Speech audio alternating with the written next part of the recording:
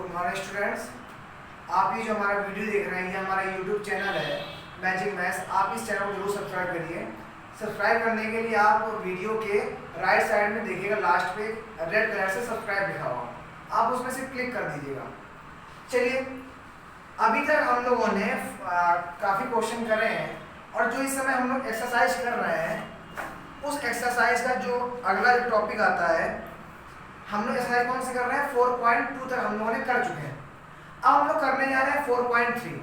अभी तक आपने 4.2 में ऐड करा है, अब हम लोग करते हैं 4.3 एक्सरसाइज। अब ये समझते हैं ये फिल इन द ब्लैंक्स, ये फिल इन द ब्लैंक्स कैसे सॉल्व करे जाएंगे। ये फिल इन द ब्लैंक्स सबसे सरल है। इसमें करना क्या है आपको, लेफ्ट और राइट तो आप जानते हैं कि ये हमारा राइट है, ये हमारा लेफ्ट है। जिससे हम लिखते हैं वो हमारा राइट होता है और जिससे नहीं लिखते हैं वो हमारा लेफ्ट होता है। ठीक, तो इसमें आपको ये ढूंढना है कि कौन सी संख्या गायब है। क्या ढूंढना है आपको कि कौन सी संख्या गायब है। जो गायब है उसको उठा के लिख देना है। जैसे देखते हैं, इधर क्या लिखा है 3 2 1 2 5 2। अब ये देखिए क्या इक्वल के आगे ये संख्या लिखी है या नहीं लिखी है, तो पहले इसको चेक करते हैं। 3 2 1 2 5 2, देखिए यहाँ पे है कहीं पे, हाँ ये है, देखिए। ठीक, अब अगली क्या है, प्लस साइन लगा, फिर अगली संख्या क्या है 4 3 2 3 5 8। अब देखिए इक्वल के उस तरफ कि क्या ये संख्या लिखी है,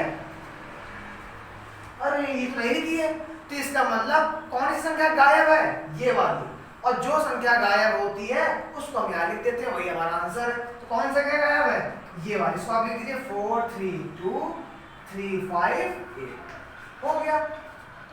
इसमें सिर्फ हमें ये ढूंढना है कि कौन सी संख्या गायब है। जो संख्या गायब हो उसको आप लिख दीजिए।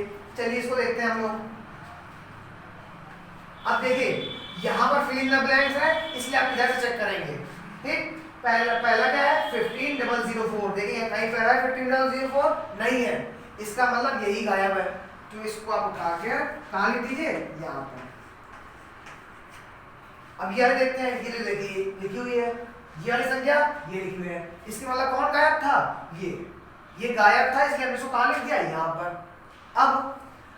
अब एक चीज सुनिएगा, कभी भी अगर आप 5 में 0 ऐड करते हैं तो आपको क्या मिलता है, 5 मिलता है कि नहीं मिलता है। मतलब क्या है, अगर हम किसी नंबर में 0 ऐड करते हैं तो वही संख्या आ जाती है।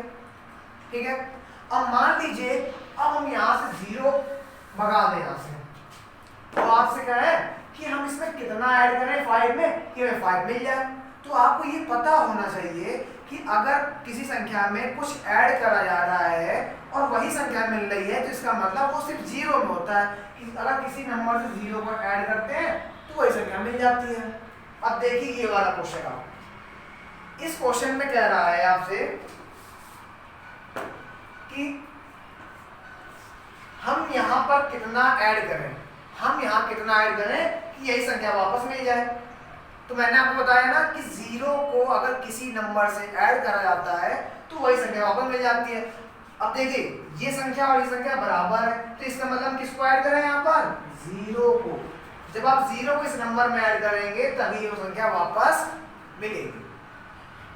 तो आपको इस 4.3 एक्सरसाइज में सिर्फ ये करना है कि जो संख्या गायब है, ठीक, उसको ढूंढ कर लिख देना है जहां पे फिल इन द ब्लैंक्स है। इसी तरीके से आपको एक्सरसाइज 4.3 पूरी सॉल्व करनी है। अब हम आते हैं एक्सरसाइज 4.4 पे। किस पे आते हैं, 4.4 में। देखते हैं ये क्या कहता है। क्वेश्चन नंबर 4.4 में आपको कुछ वर्ड प्रॉब्लम दी गई है। क्या दिया गया है, वर्ड प्रॉब्लम। उन वर्ड प्रॉब्लम्स को आपको सॉल्व करना है। देखते हैं पहला क्वेश्चन। मैं आपको इसमें से 1-2 क्वेश्चन बताऊंगा, बाकी आपको सब अपने मन से करने होंगे। जैसे क्वेश्चन दिया हुआ है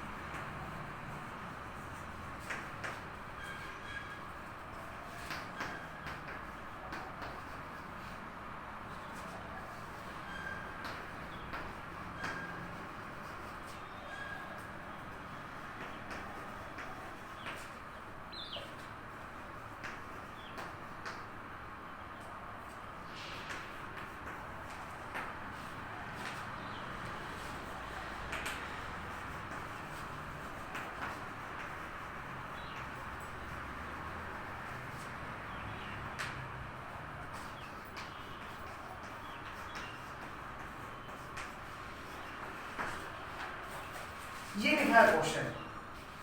क्वेश्चन लिखा हुआ है इन एन इलेक्शन, इलेक्शन मतलब चुनाव, किसी चुनाव में टू कैंडिडेट मतलब कोई दो कैंडिडेट खड़े हुए, जैसे हम लोग के आमतौर पर चुनाव होते रहते हैं, तो उसमें ऐसे एक चुनाव होता है उसमें दो लोग खड़े होते हैं, ठीक, जिसमें जो पहला वाला है उसको इतने वोट मिलते हैं, दो आदमी खड़े हैं, एक आदमी को इतने वोट मिलते हैं और दूसरे आदमी को इतने वोट मिलते हैं, ठीक। तो क्वेश्चन कह रहा है find out how many people voted, तो आपको ये बताना है कितने लोगों ने वोट दिया है। अब इसको मैं छोटा सा एग्जांपल देता हूँ, जैसे मान लीजिए एक हम खड़े हैं और एक कोई दूसरा इंसान खड़ा है, कैंडिडेट पे खड़े हुए, अब 5 वोट हमको मिले हैं और 4 वोट उसको मिले हैं, तो हमसे ये कहा गया कि आपको टोटल सुनिएगा, आपको टोटल कितने लोगों ने वोट दिया, तो 5 मेरे 4 उसके, कितने हो गए टोटल 9। ऐसे ही इस क्वेश्चन में कह रहा है कि दो कैंडिडेट खड़े हुए हैं, एक को इतने वोट मिले, दूसरे को इतने वोट मिले, तो अब बताइए कि कितने लोगों ने वोट दिया। तो हम लोग क्या करेंगे, जितने वोट एक को मिले हैं और जितने वोट एक को मिले हैं, इन दोनों को आपस में क्या करते हैं, ऐड कर देंगे। तो जो ऐड करके आएगा वो क्या आ जाएगा कि टोटल कितने लोगों ने वोट दिया है या पार्टिसिपेट किया है। तो हम लोग क्या करेंगे, इन दोनों को ऐड कर देंगे, 4 7 2 6 8 5, किसको ऐड करना है, इसको 9 8 7 3 8 क्या करना है, ऐड कर दीजिए, 7 और 5 ऐड करें कितना है 12, 8 8 61 17, 9 10 और 16, 8 2 10 1 11, 8 7 15 और 1 16, 4 3 7 1 7 5 12, 8 16 1 17, 9 10 16, 8 2 1 8 ठीक। तो ये क्या निकला, ये निकला कि इतने सारे लोगों ने वोट दिया है, इतने पीपल ने वोट दिया है, ये आपने, ठीक। तो अब हम लोग अगला क्वेश्चन करते हैं। अगला क्वेश्चन क्या है हमारा, उसको भी देखते हैं। अगला क्वेश्चन हमारा ये कह रहा है कि एक कोई एग्जाम होता है, बहुत सारे एग्जाम होते रहते हैं, ठीक, जैसे हम लोग भी अपने क्लास में एग्जाम होते हैं हमारे, तो मान लीजिए कि उसमें अब एक क्वेश्चन कह रहा है कि एक एग्जाम होता है, ठीक, ये देखिए ये एग्जाम हुआ है किसमें, CPMT। चलिए क्वेश्चन में नोट कर, क्वेश्चन में पढ़े दे रहा हूँ, 2,32,680 students appeared in CPMT exam. कोई एक CPMT एग्जाम होता है, कौन होता है, CPMT एग्जाम, ठीक, जिसमें 2,32,688 स्टूडेंट, एक कोई एग्जाम हुआ है CPMT नाम का, उसमें इतने लोगों ने पेपर दिए, ठीक है, एक कोई CPMT एग्जाम हुआ जिसमें इतने लोगों ने पेपर दिए। अब आगे देखते क्या कह रहा है, आगे कह रहा है and in the next year, next year मतलब अगले साल। अब देखते हैं अगले साल फिर CPMT एग्जाम हुआ, नेक्स्ट ईयर मतलब अगले साल, अगले साल क्या हुआ। अब ये सुनिएगा, ये बहुत इंपॉर्टेंट टॉपिक है। जैसे मान लीजिए आपको मैंने आज 2 टॉफियां दी, कितनी टॉफियां दी, 2, आपने उसको उठा के कहीं रख ली, ठीक, मैंने आपको कल 2 और दी, और आपसे आपसे पूछा कि मैंने तुम्हें कितनी टॉफियां दी हैं, तो 2 मैंने कल दी, 2 आज दी, टोटल कितनी हो गई 4। ऐसे ही इस क्वेश्चन में कह रहा है कि कोई एक CPMT एग्जाम हुआ जिसमें इतने लोगों ने एग्जाम दिया, फिर अगले साल